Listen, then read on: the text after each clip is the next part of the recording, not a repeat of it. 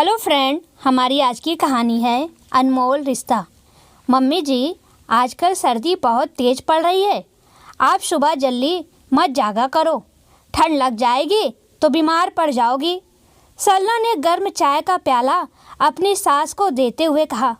तुम ठीक कहती हो बहू, पर मेरी आदत जल्दी जगने की है। नींद खुल जाती है तो फिर बिस्तर में पड़े रहने की इच्छा नहीं रहती है। गांव में तो मैं चक्की पीस लिया करती थी, मगर यहाँ तो वो भी नहीं है, इसलिए घर की साफ सफाई ही कर देती हूँ। सोचती हूँ कि तुम अभी नई नई आई हो, इसलिए घर की सारी जिम्मेदारियाँ नहीं संभालनी पड़े तुम्हें। पर तुम मुझे कुछ करने नहीं देती हो, इसलिए थोड़ा सा काम मैं कर देती हूँ, तो इससे क्या फ़र्क पड़ जाता है। नहीं मम्मी जी, मेरे रहते हुए आप साफ सफाई करो, ये मुझे अच्छा नहीं लगता है। वैसे भी आप दिन भर कुछ न कुछ तो करती ही रहती हो, खाली तो कभी बैठती नहीं हो। सरला की सास शांति को सरला की मीठी बातें और उसका व्यवहार बहुत भला लग रहा था। सरला को आए अभी 6 महीने ही तो हुए हैं। घर में सिर्फ 3 प्राणी हैं, शांति, सरला और संजीव। शांति का पुत्र। शांति के पति की मृत्यु बहुत पहले हो गई थी। एक बेटी सीमा है जो अपने ससुराल में आराम से रहती है।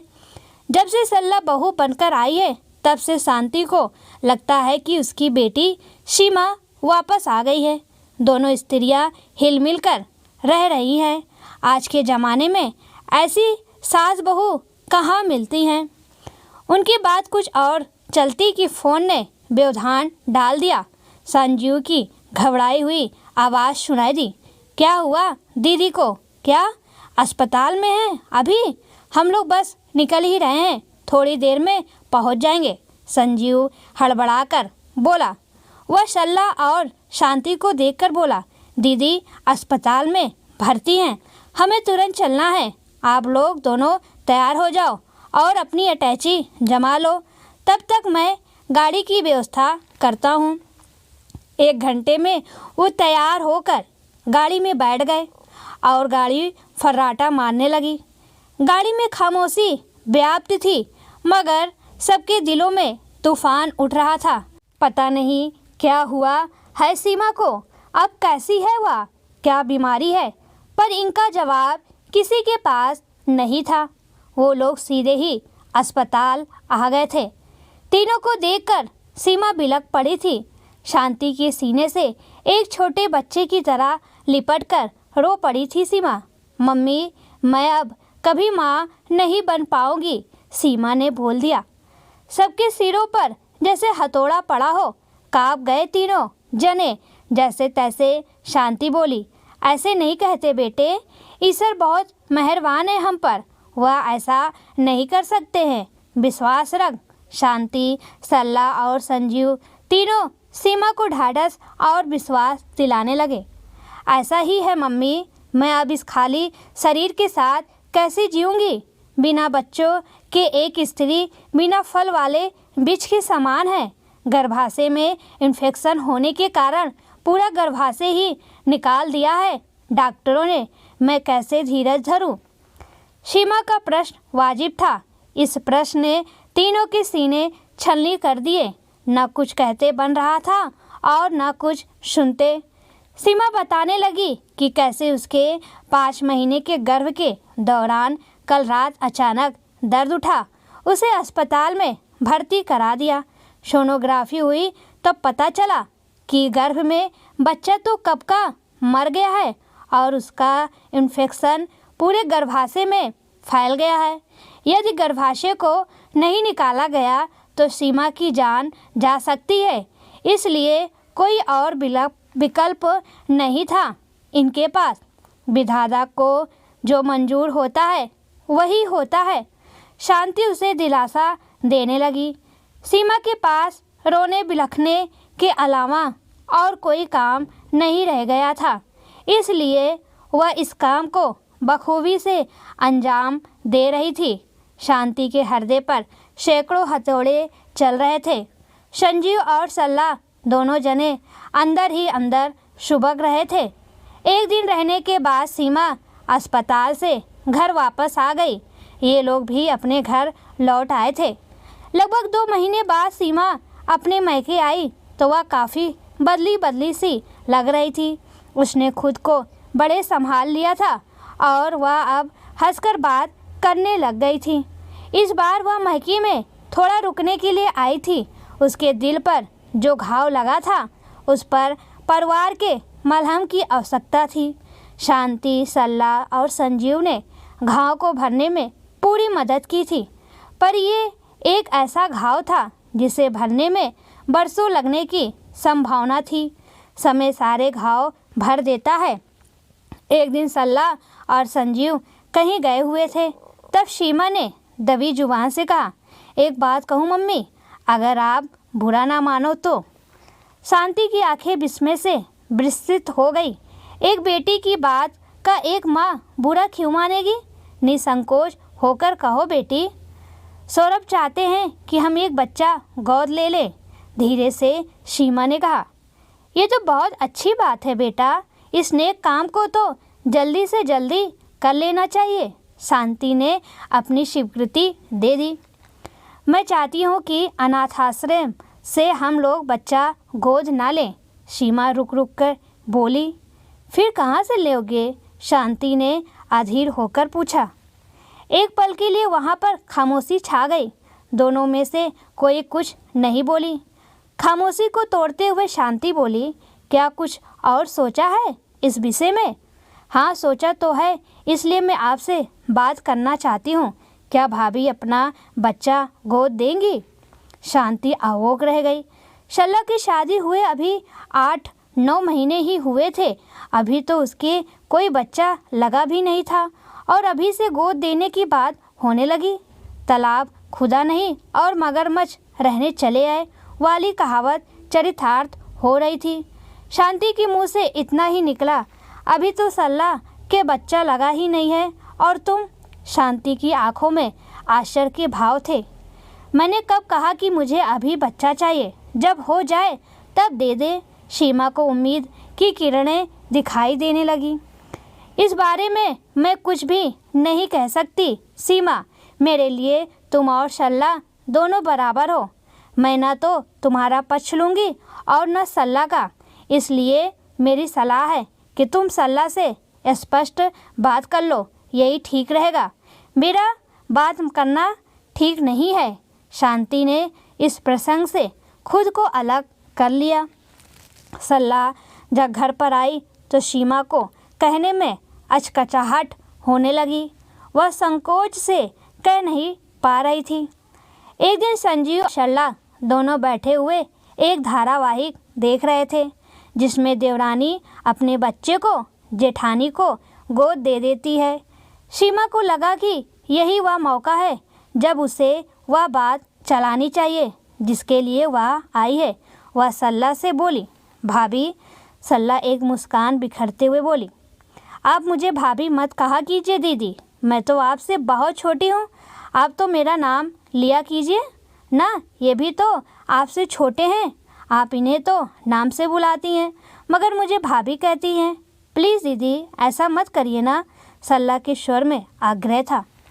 उम्र में बेशक मैं तुम दोनों से बड़ी हूँ, पर रिश्ता तो हमारा ननंद भौजाई का ही है।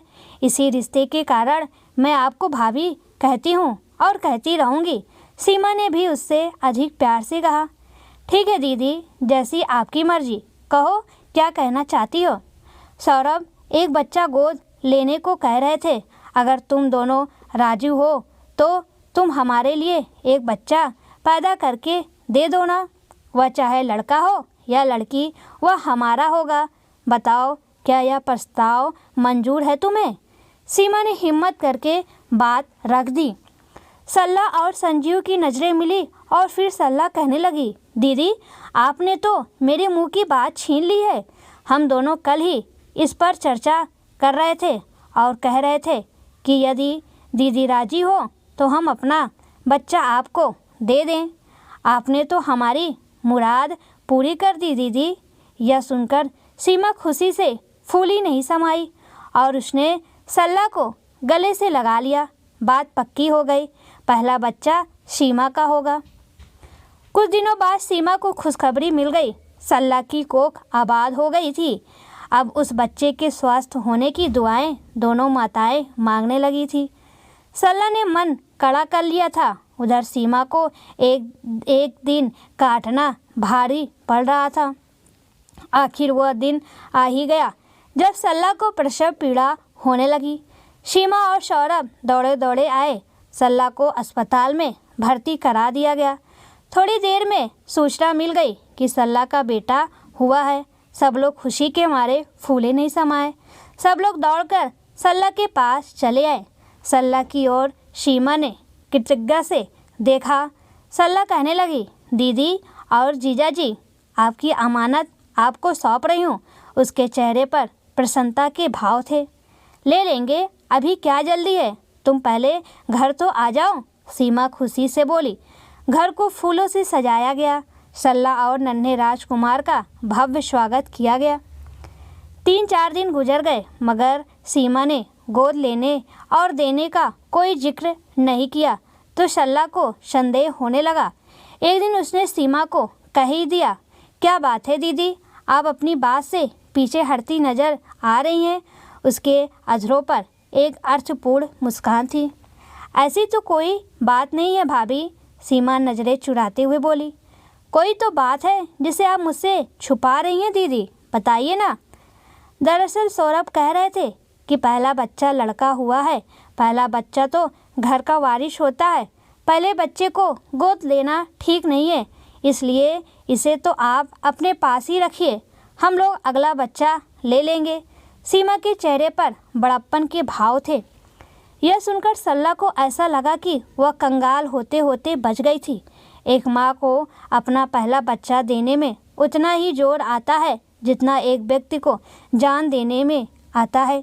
सल्ला की आंखों में सीमा के लिए आभार भरा हुआ था। 2 साल बाद सल्ला फिर से उम्मीद से हुई तो सल्ला ने खुद ही कह दिया, दीदी ये बच्चा आपका है, चाहे कुछ भी हो। सीमा तो कब से इंतजार कर रही थी इस बच्चे का। उसके अरमानों के पंख लग गए। घर में बच्चों का सामान आने लगा। खिलौनों के ढेर लग गए। नियत समय पर बच्चा हो गया। इस बार लड़की हुई थी। सल्ला और सीमा को लड़का लड़की में भेद करना आता नहीं था, इसलिए दोनों बड़ी खुश थी। सल्ला बेटी को लेकर घर आ गई और उसे सीमा को देते हुए बोली, दीदी आपकी अमानत आप संभालिए, मेरा काम पूरा हो गया है, अब आपका शुरू हो रहा है।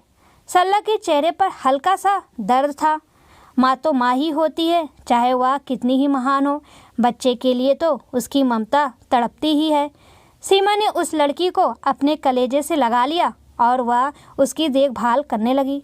सल्ला ने दूध पिलाना बंद कर दिया क्योंकि वह मानती थी कि यदि वह दूध पिलाएगी तो उस बच्ची में उसका ममत पड़ जाएगा। अतः वह सीने पर पत्थर रखकर बैठी रही। एक दिन सीमा सल्ला से बोली, भाभी आप बहुत महान हैं, आपने पहला बच्चा भी मेरी झोली में डाल दिया था और अब ये दूसरा बच्चा भी मुझे दे दिया है। ननंद भौजाई के रिश्ते को बहुत गलत नज़रों से देखते हैं, पर आपने इस रिश्ते को अनमोल कर दिया है। मैं थोड़ी स्वार्थी तो हूँ, पर इतनी भी नहीं कि आपकी खुशियों में मैं रोड़ा बन जाऊँ। मैं जानती हूँ कि एक परिवार में एक बेटा और एक बेटी तो होने ही चाहिए। भगवान ने आपको दोनों दिए हैं, इस तरह आपका परिवार पूर्ण परिवार बन गया है। अतः मैं इस पूर्णता में कोई कटौती नहीं करना चाहती हूँ। मैं इस फूल सी कोमल बच्ची को पाकर खुद को धन समझती हूँ, मगर मैं आपके अधिकारों में कटौती करना नहीं चाहती हूँ, इसलिए मैं यह बच्चा गोद नहीं ले सकती हूँ। मैं अभी और इंतज़ार कर सकती हूँ। अब तीसरा बच्चा केवल मेरे लिए ही पैदा करना। सीमा का गला और आंखें दोनों भर आए। त्याग के मैदान में दोनों 20 थी, न कोई 19 और न कोई 21। भगवान भी जब रिश्तों में इतना प्यार, आदर और सम्मान देखते हैं तब वो भी प्रसन्न होकर मुक्त हस्त से अपना आशीर्वाद प्रदान करते हैं। सल्ला को जब अगली बार प्रसव पीड़ा हुई तब डॉक्टर ने बताया कि उसे जुड़वा बच्चे हुए हैं, एक लड़का और एक लड़की। सीमा के भाग जाग गए। उसे सब्र का फल छप्पर फाड़ कर मिला। 2-2 बच्चों की माँ बनकर सीमा धन्य हो गई।